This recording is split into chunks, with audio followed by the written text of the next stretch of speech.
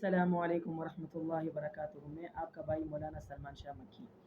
دوستو، آج حضرت عمر فاروق کی اسلام لانے کے بارے میں جانتے ہیں کہ وہ کس طریقے سے مسلمان ہوئے۔ نبی علیہ السلام کی محنت کی وجہ سے کفار مکہ تنگ ہو گئے تھے، کیونکہ ان کی محنت کی وجہ سے لوگ مسلمان ہو رہے تھے۔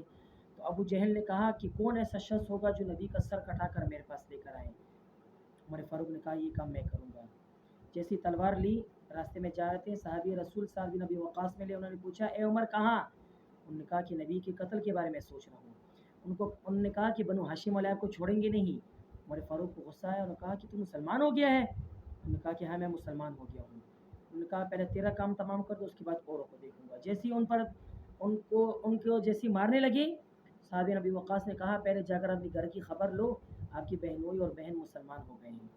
جیسی وہ اپنے گھر کے قریب ہو گئے، ان کی بہن کے گھر کے قریب ہو گئے، تو ان کے گھر سے تلاوت کی آواز رہتی ہے۔ حضرت خباب رضی اللہ عنہ کو قرآن مجید سکھا رہے تھے۔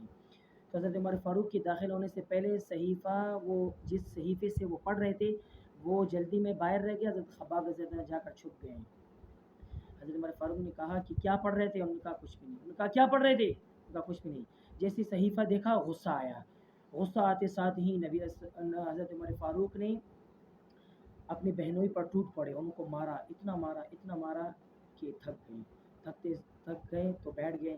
تو اپنی بہن کو جب دیکھا ان پر بھی ترس آیا۔ ان کو کہا کہ اچھا بتاؤ کیا پڑھ رہے تھے؟ انہوں نے کہا کہ تو ناپاک ہے، پہلے تو غسل کر کے آ۔ جیسے غسل کر کے باہر آئے، سورہ طٰہٰ کی تلاوت کی۔ سورہ طٰہٰ کی تلاوت کرنے کے بعد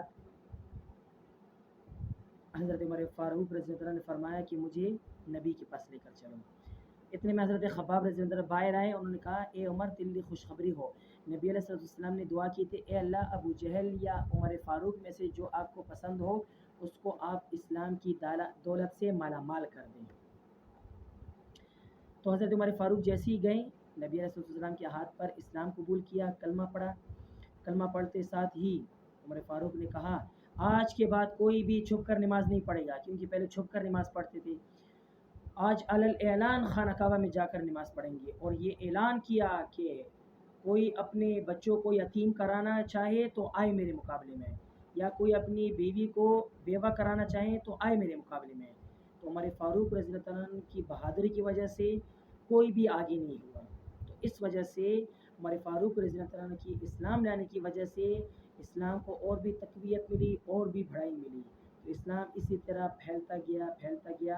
آج آپ دیکھ رہے ہیں کہ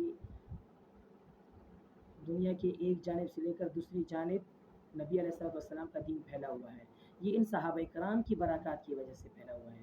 تو یکم محرم الحرام نبی علیہ السلام کے صحابی رسول عمر فاروق رضی اللہ عنہ کی شہادت کا دن ہے۔ اس کے بارے میں آپ کو یہ واقعہ بتانا میں نے ضروری سمجھا۔ آپ اپنے بھائی کو اجازت دیں۔ السلام علیکم۔